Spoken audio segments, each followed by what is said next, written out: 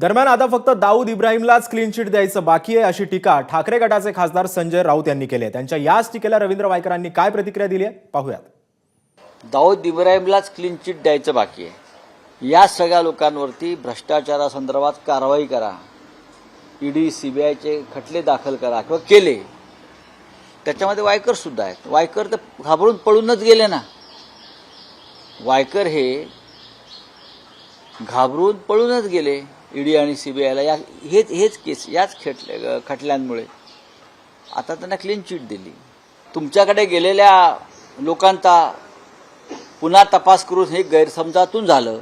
Police EOW गैरसमजातून गुन्हा दाखल करू शकतं। ईओडब्ल्यूच्या प्रमुखांवरती खटला दाखल केला पाहिजे।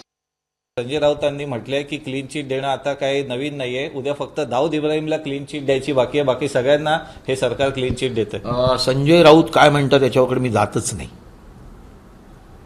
कोणीतरी काहीतरी बोलतं किंवा काही माहीत नाही किंवा त्यांना सत्यता माहीत असेल तर त्यांनी तसं बोलावं, त्याच्यावरती मी काही भाष्य करत नाही। एबीपी माझा, उघडा डोळे बघा नीट।